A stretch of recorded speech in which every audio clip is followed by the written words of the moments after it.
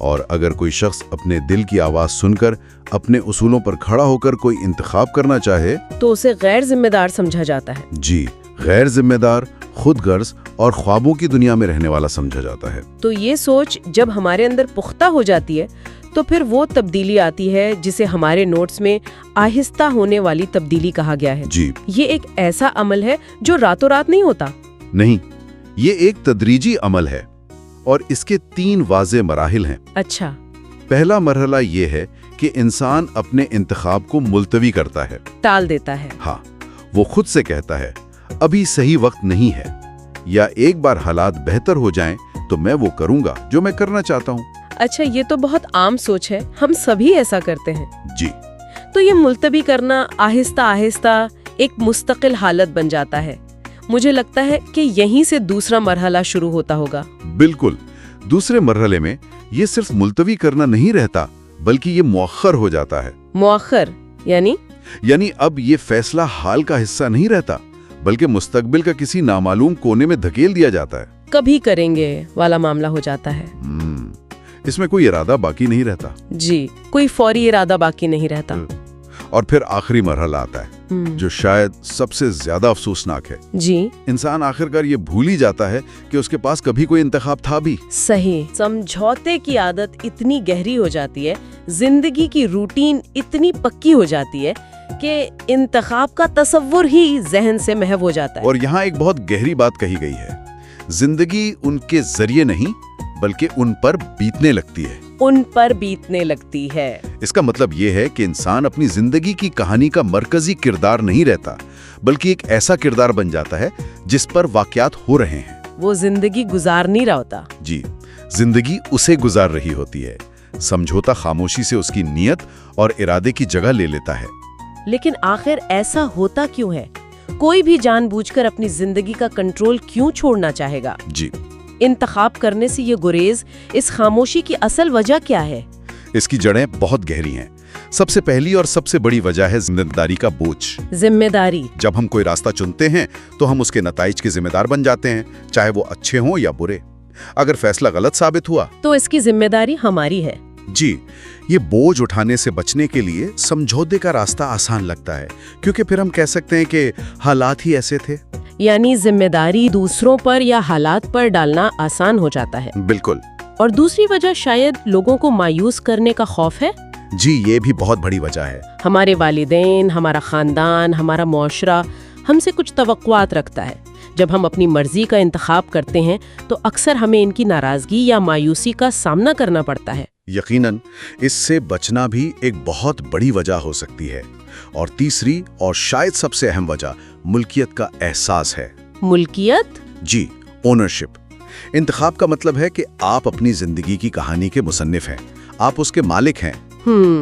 یہ ملکیت جہاں ایک زبردست طاقت کا احساس دلاتی ہے، وہیں یہ ایک بہت بڑی ذمہ داری بھی ہے۔ صحیح۔ جب یہ ذمہ داری بہت بھاری لگنے لگتی ہے تو سمجھوتا کرنا ایک ہلکا اور آسان راستہ محسوس ہوتا ہے۔ آپ ڈرائیور کی سیٹ سے اٹھ کر مسافر کی سیٹ پر بیٹھ جاتے ہیں۔ بالکل یہی۔ سفر تو تب بھی جاری رہتا ہے لیکن اب آپ راستے کا تعین نہیں کر رہے۔ تو ہم آسان راستہ تو چن لیتے ہیں لیکن اس کی کوئی نہ کوئی انسانی قیمت تو ضرور ہوتی ہوگی جو ہمیں ادا کرنی پڑتی ہے۔ جی، یہ قیمت کیا ہے؟ اور یہی سب سے اہم سوال ہے۔ ہمارے ذرائع بتاتے ہیں کہ اصل قیمت ناکامی نہیں ہے۔ اچھا؟ لوگ سمجھتے ہیں کہ اگر انتخاب کیا اور ناکام ہو گئے تو بہت نقصان ہوگا، لیکن اصل قیمت اس سے کہیں زیادہ گہری ہے۔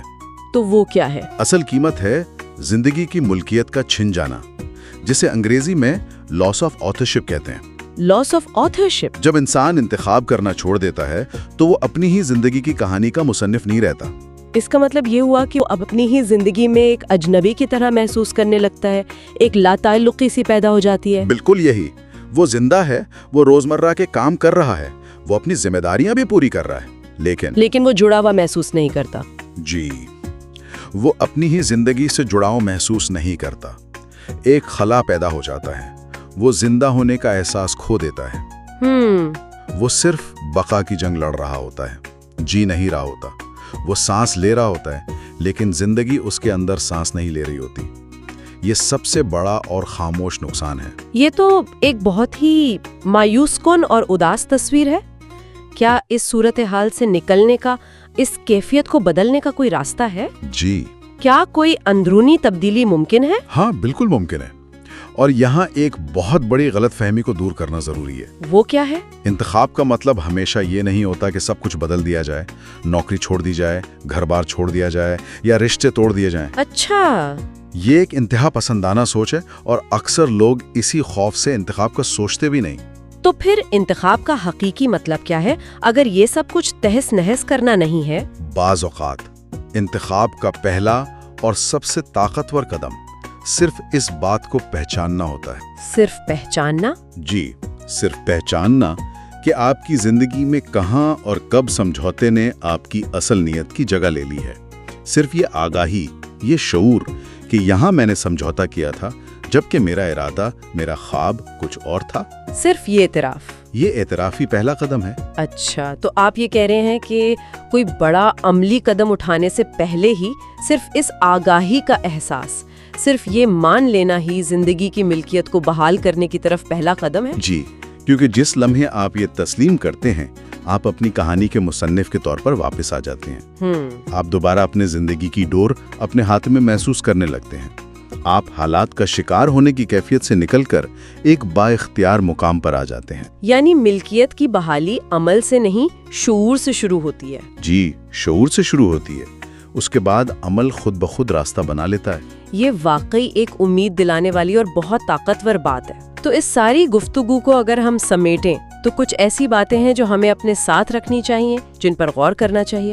جی، 4 اہم نکات ہیں جو اس پوری بحث کا نچوڑ ہے۔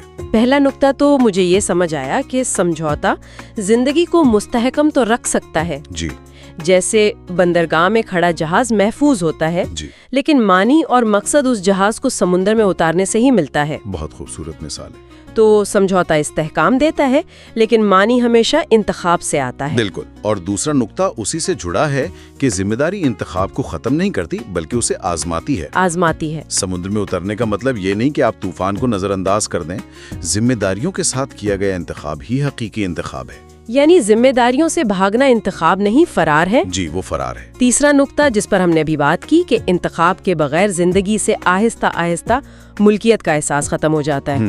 انسان اپنی ہی زندگی میں ایک مسافر بن جاتا ہے، ڈرائیور نہیں۔ یہ بہت گہری بات ہے۔ اور چوتھا اور آخری نقطہ جو شاید ان سب کا خلاصہ ہے، بقا یہ بتاتی ہے کہ کیسے جینا ہے۔ سوچنے پر مجبور کرتے ہیں، اور اگر یہ گفتگو کسی کو اپنے آپ سے بات کرنے پر اکسائے تو شاید اس سوچ کو دوسروں تک پہنچانا بھی ایک اہم قدم ہو۔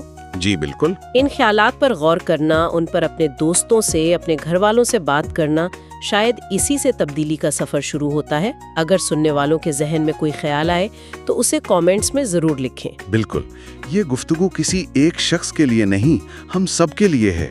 اب ہم اس گفتگو کے ایک اور پہلو کی طرف آتے ہیں۔ آپ نے اپنے نوٹس میں اس کا ایک معاشرتی زاویہ بھی بیان کیا تھا۔ جی، آئیے اس پر بات کرتے ہیں۔ میری سوچ یہ ہے کہ معاشروں کو اصل نقصان لوگوں کے سمجھوتا کرنے سے نہیں ہوتا۔ اچھا؟ کیونکہ سمجھوتا تو سماجی زندگی کی بقا کے لیے ضروری ہے۔ ہم سب کچھ نہ کچھ سمجھوتے کرتے ہیں تاکہ مل جل کر رہ سکیں۔ تو پھر اصل مسئلہ کہاں سے شروع ہوتا ہے؟ معاشرتی سطح پر نقصان کب ہوتا ہے؟ اصل مسئلہ اور نقصان تب ہوتا ہے جب سمجھوتا ضمیر کی جگہ لے لیتا ہے۔ ضمیر کی جگہ؟ جی، جب انسان صحیح اور غلط کا فیصلہ اس بنیاد پر کرنے لگے کہ آسان کیا ہے بجائے اس کے کہ درست کیا ہے۔ جب ذاتی سہولت اصول پر غالب آ جائے؟ جی، تب معاشرے کی اخلاقی بنیادیں کمزور پڑ جاتی ہیں۔ اور یہیں پر انتخاب کی تعریف بھی بدل جاتی ہے۔ کیسے؟ انتخاب کا مطلب بغاوت یا معاشرے سے لڑنا نہیں ہے، بلکہ یہ اپنی زندگی کی ملکیت کا ایک پرامن اقرار ہے۔ یہ خاموشی سے کہنا کہ یہ میری زندگی ہے اور اس کے فیصلوں کا ذمہ دار میں ہوں، اور میں اپنے ضمیر کے مطابق فیصلہ کروں گا۔ اور حتمی نتیجہ یہی ہے کہ ملکیت کے اس احساس کے بغیر انسانی زندگی آہستہ آہستہ ایک مشینی عمل بن کر رہ جاتی ہے۔ ایک روٹین؟ جی، ہم صبح اٹھتے ہیں، کام پر جاتے ہیں، واپس آتے ہیں، سو جاتے ہیں، لیکن اس پورے عمل میں ہم کہیں نہیں ہوتے۔ صرف ایک مشین ہوتی ہے؟ صرف ایک روٹین ہوتی ہے، ایک مشین کی طرح جس کا کوئی مقصد، کوئی روح نہیں ہوتی۔ یہ ساری گفتگو ہمیں ایک آخری گہرے سوال پر لا کر چھوڑ دیتی ہے۔ جی، ایک ایسا سوال جس کا کوئی بنا بنایا آسان جواب نہیں ہے۔ نہیں ہے۔ یہ ایک ایسا سوال ہے جس کے ساتھ ہمیں کچھ دیر بیٹھنا ہے اور اس پر ایمانداری سے غور کرنا ہے۔ جی، اس سوال کا جواب کسی کتاب میں نہیں، بلکہ ہر شخص کو اپنے اندر ہی تلاش کرنا ہوگا۔ تو وہ سوال یہ ہے، اگر آپ کی زندگی کے بیشتر فیصلوں کی وضاحت ان الفاظ سے ہوتی ہے کہ میرے پاس کوئی دوسرا راستہ نہیں تھا، تو کیا آپ انتخاب سے جی رہے ہیں یا سمجھوتے سے؟ Thank you for watching. اللہ حافظ۔ میں کیوں نہ سوچوں، فیصلے سے پہلے۔